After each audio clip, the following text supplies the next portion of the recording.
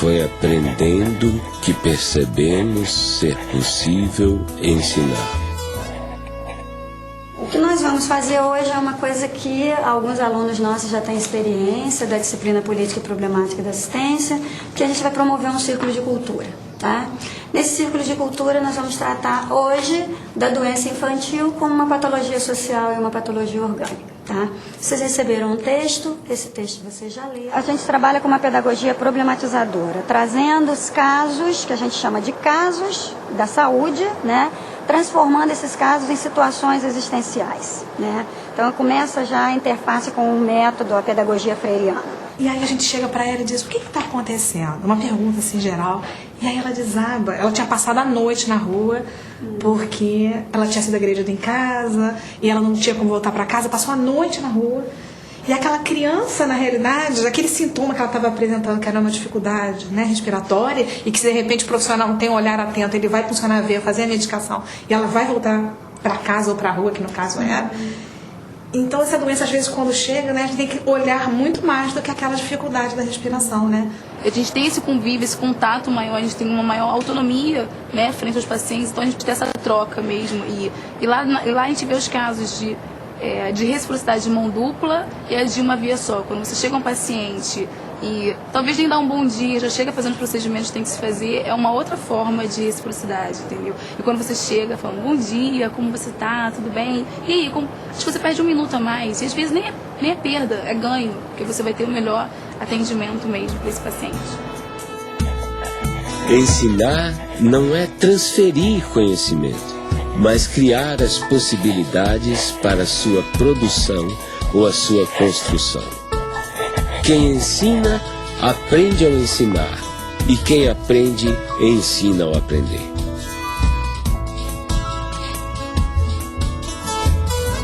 Pedagogia do Oprimido, que é um livro que já estava praticamente pronto em 68, mas que saiu publicado pela primeira vez em 70, e que é o principal livro do Paulo Freire, o mais importante. Há pouco tempo encontrei esse livro, Pedagogia do Oprimido, 15ª edição.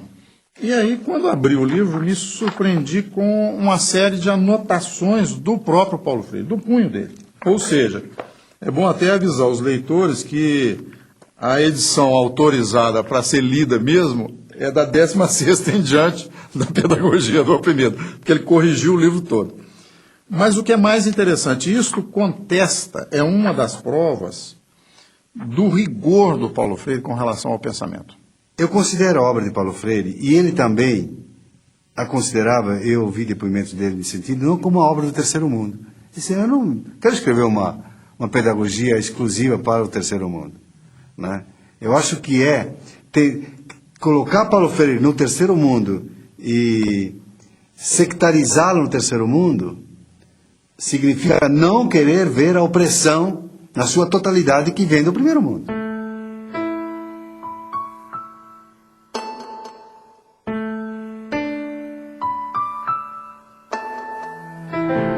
Ela foi a primeira leitora da pedagogia do oprimido, né?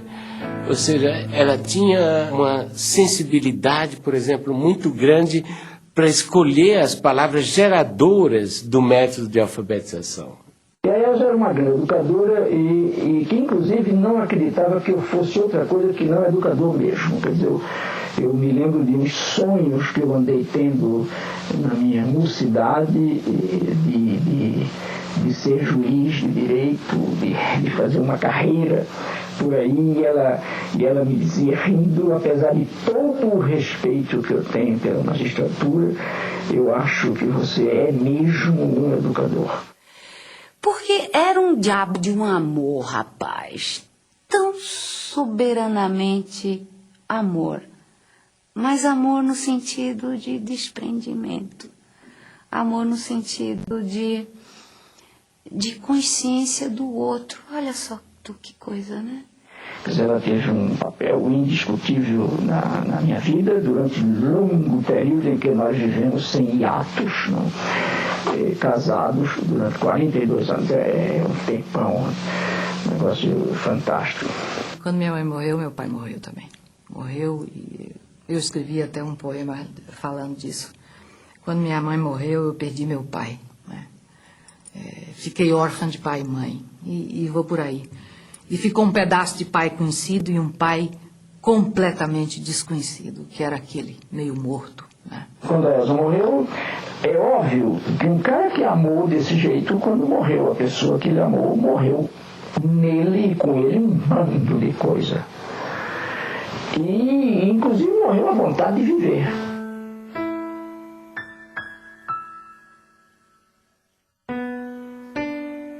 Eu encontrei um Paulo maduro, um homem seguro, um homem cortês, extremamente amoroso, criativo e que se oferecia a mim na plenitude das suas qualidades.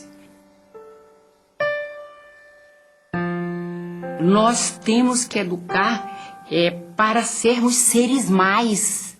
E o ser mais em Paulo é isso, é ser mais humanos, ter mais qualidade enquanto gente.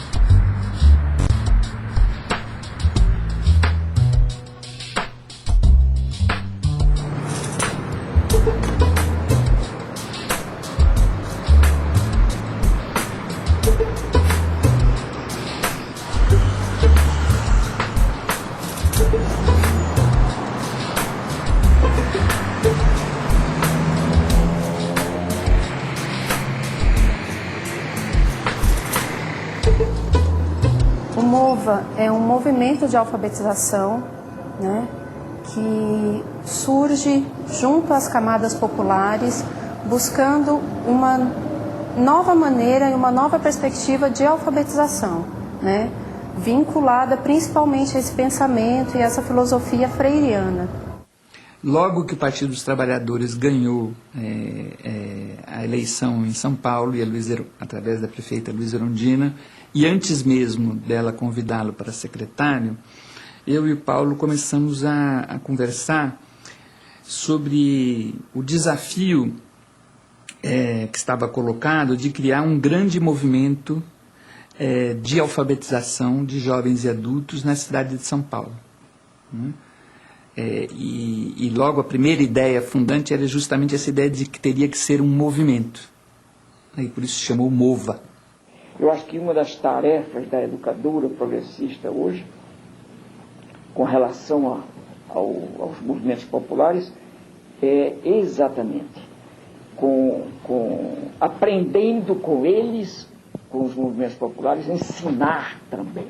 Quer dizer, não há por que temer, que tem o dever e a tarefa e o direito de ensinar também aos movimentos. De jeito nenhum eu jamais me entregaria aos movimentos como eterno discípulo deles. Mas de jeito nenhum, porque é mentira e é falso. Também não sou o eterno professor dos movimentos, mas eu sou o educador. É uma maneira diferente de aprender, entendeu? É uma maneira que eu não aprendi assim na escola, entendeu? Eu fiz até a 8ª série e muita coisa daqui não foi ensinado na escola. Aqui dentro do estado de São Paulo, trabalhando com esse público de catadores de materiais recicláveis e através da alfabetização, da leitura, da escrita, da matemática, das ciências, está ajudando as pessoas a se envolver um pouco mais nesse contexto e entender um pouco mais esse trabalho que elas fazem. E está instrumentalizando principalmente para que eles possam ser aceitos e inseridos dentro da sociedade que a gente vive. Eu não sabia como lidar com o preconceito das pessoas, entendeu? E aqui nas aulas eu estou aprendendo como lidar com isso, entendeu? O pessoal fala, nossa, mas você cata lixo? Não, eu não cato lixo, eu reciclo, entendeu? Lixo é o que você faz em sua casa.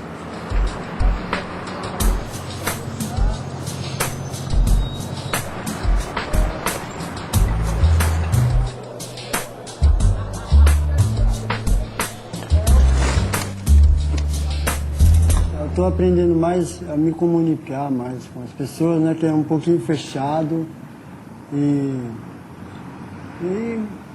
ficar mais extrovertido, né? Por causa da maneira que a gente aprende, né? Não é uma coisa assim que a gente chega na escola e não sabe o que vai fazer. No fim da aula a gente já sai satisfeito porque realizou alguma coisa. Depois que a gente criou essa poesia com esse tema, coletividade, o que teve de importante com isso depois? Muito importante porque a gente é capaz de fazer uma poesia, né? Existe muita criatividade para isso, mas muitas vezes a gente no coletivo consegue conquistar mais ideias, né? Quem quer escrever Tempo Perdido? Minha poesia, estar com você. Sou uma pessoa muito contente e alegre, gosto de estar perto de vocês. Aprendo a ler, aprendo a escrever. Meu nome é Ailton, sou pobre de dinheiro, mas sou rico de saúde. Sobre as águas do mar e a luz brilhar ali pela rua passar sem saber o que, me sentindo tão só, sinto que é amor, sigo amor, amando-te assim, nós dois, amor e dói. Tá bom?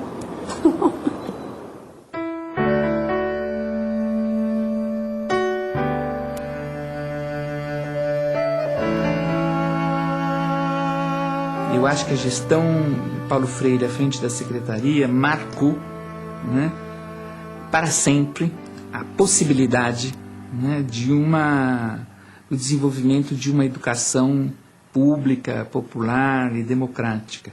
Eu acho que houve uma preocupação, né, muito profunda com valorizar, né, a figura dos educadores e das educadoras da rede municipal.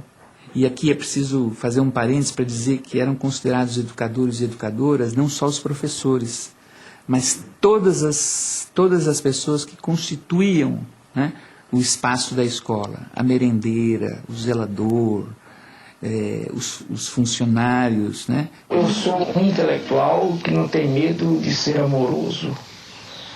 Eu amo as gentes e amo o mundo. E é porque amo as pessoas e amo o mundo que eu brigo para que a justiça social se implante antes da caridade.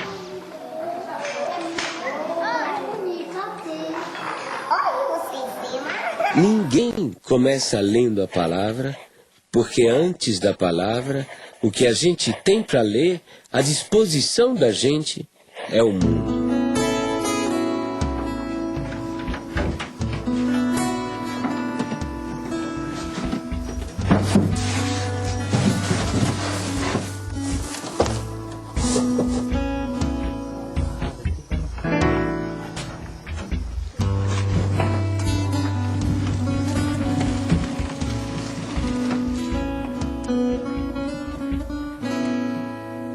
Se não tivesse esse curso aí, né, nós não aprendíamos mais a ler, não aprendia nada. Ia ficar pro resto da vida sem saber ler nada. Porque a pessoa que não sabe ler, praticamente ele é cego, né?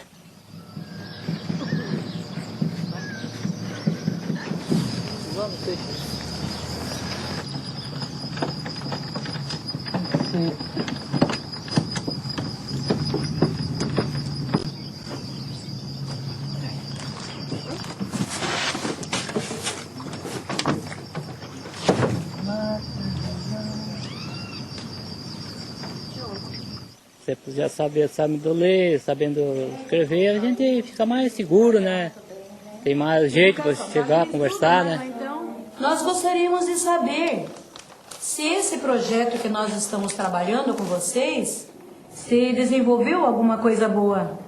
Por isso que eu escolhi uma palavra para comentar com você, para comentar nesta aula, né? Então, essa palavra é cidadania. Chega em casa, olha, que a professora me deu isso, tem lição para me fazer. Se entende, dá uma força para mim, me explica. Se eu entendo, eu dou uma força para ele, ensino ele. Ensino ele para se desembaraçar mais, né, na lição. Mas eu acho que ele aprendeu bem mesmo.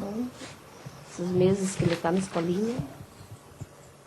Porque a gente que trabalha de empregada doméstica, assim, né? A pessoa não sabe dos produtos que tem que passar para limpeza, né? E assim, aprendendo a ler já é uma força, né? Boa, né? Sabe o que produto que vai usar. Vem aqui, filha. Sabe o produto que vai usar. E deu uma força boa. Ela vai na escolinha comigo também todo dia. E ela tá fazendo o prezinho. Eu aprendo mais com ela, né? Ela aprende comigo. Assim a gente vai indo.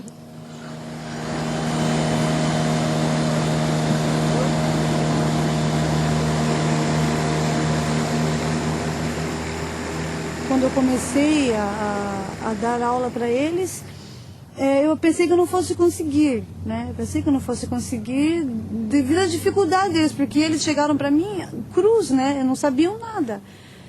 Aí eu comecei, passou umas 2 ou 3, acho que não chegou um mês de aula, chegou uma das alunas e falou: Miriam, eu consegui ir na Previdência Social, sozinha. E fiquei até emocionada, né? Quando eu vi assim, né, o Ministério, né?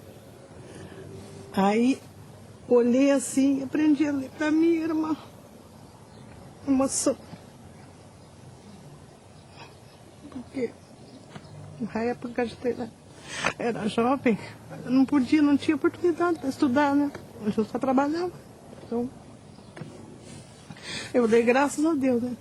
Por essa oportunidade, né? Que a gente teve agora de estudar, porque tudo tem seu tempo, certo, né? A alfabetização é uma experiência criadora. E significa que o alfabetizando tem que criar, tem que montar, para usar uma expressão mais técnica, o seu sistema de sinais gráficos. Quer dizer, ele tem que ser, no fundo, o arquiteto desta produção ou desta criação, obviamente ajudado, ele ou ela, ajudado pela educadora ou pelo educador. Para mim, deu muito serventia, né? Porque eu tinha problema de falta de letra. Para me escrever, eu comia muitas R, trocava assim, sabe? Agora não. Já estou bem melhor, graças a Deus. Quando eu vou fazer no banco, pagar dinheiro, qualquer coisa que eu vou fazer no banco assim, eu já não vou com aquele medo que eu tinha, sabe? Então eu já vou ciente do que eu estou fazendo, né? Nosso Vale do Ribeira aqui, o Iguape, o que se fala não é necessário para nós aqui, dessas coisas ou de mais alguma coisa que você não falar?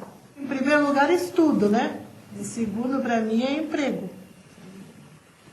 E vindo a indústria, fábricas, Saúde essas também. coisas, aí gera emprego, né?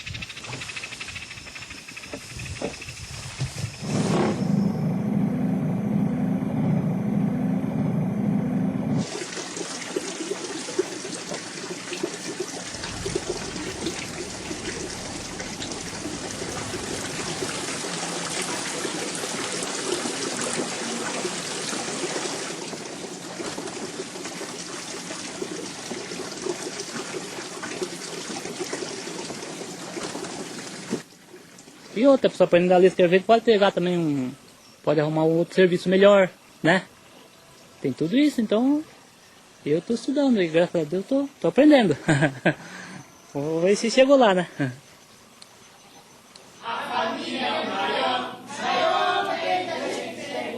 É feliz quem uma tem, ela tanto gosta de definir também.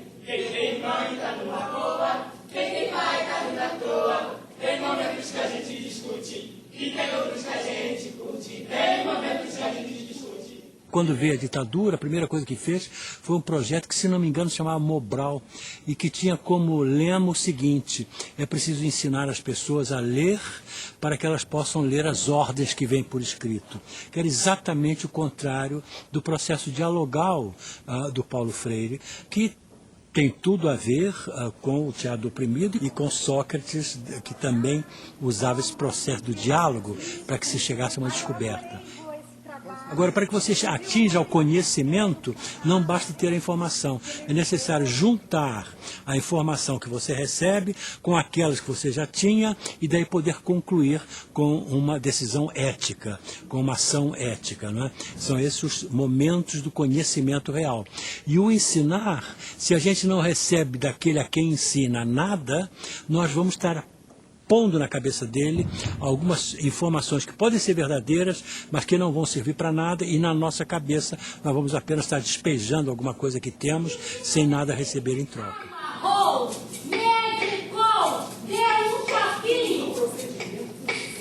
Eu não tenho dúvida nenhuma de que eu não posso ser entendido fora de uma compreensão da ética em mim e da política em mim. Eu acho que nenhum educador, nenhum pensador da educação está afastado disso.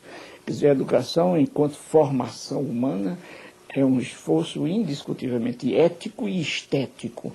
Quer dizer, não há como separar também a decência da boniteza. Entende?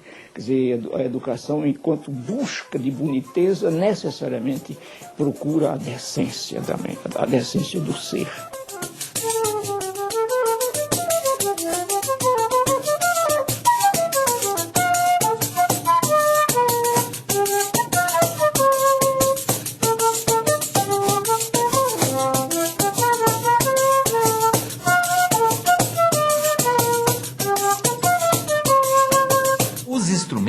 Eles são um meio de transporte para a música que está dentro de cada um de nós, né? E a gente tem que desenvolver, é importantíssimo que o aluno primeiro, ele desenvolva essa noção dos sons mais agudos, dos sons mais graves, da percepção dos sons, antes de entender a música no papel.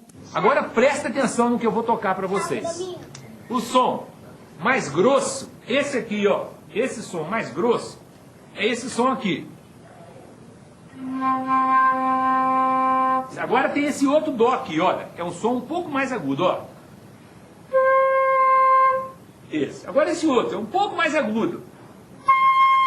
E esse último é muito fininho, parece um passarinho ou um bicho que tem um som muito fino, ó.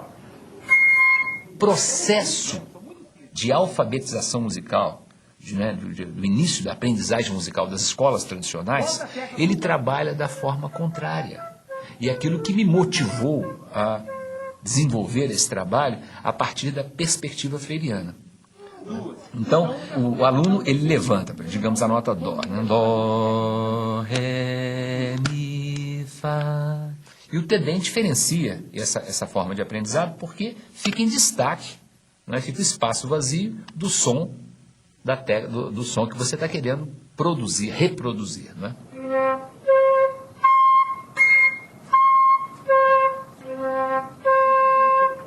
Qual foi? Isso, muito bem, os dois acertaram. A ecopedagogia é um capítulo da pedagogia do oprimido.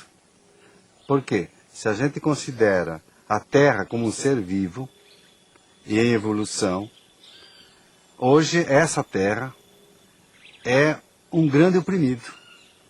Nós vivemos de forma insustentável. Nós temos tudo para destruir o planeta, não pelas bombas atômicas. Nós podemos destruir hoje o planeta pelo modo insustentável de vida que vivemos nesse planeta. Então, nós temos que refundar os princípios da pedagogia para que ensine as crianças, jovens e adultos a viverem de forma sustentável, a terem um estilo de vida sustentável. Então, eu creio que esse vai ser o grande tema do século XXI. E Paulo Freire é esse educador do século XXI, porque estava extremamente ligado a essa temática da sustentabilidade. Quer dizer, há pessoas que me consideram um sonhador, E eu sou um sonhador, mas não um sonhador maluco. Mas há pessoas que me consideram um idealista, mas um idealista perigoso. Entende? E para mim, não. Para mim, a esperança faz parte disso que a gente vem chamando natureza humana. Eu gostaria de ser lembrado como um sujeito que amou profundamente o mundo e as pessoas, os bichos, as árvores, as águas, a vida.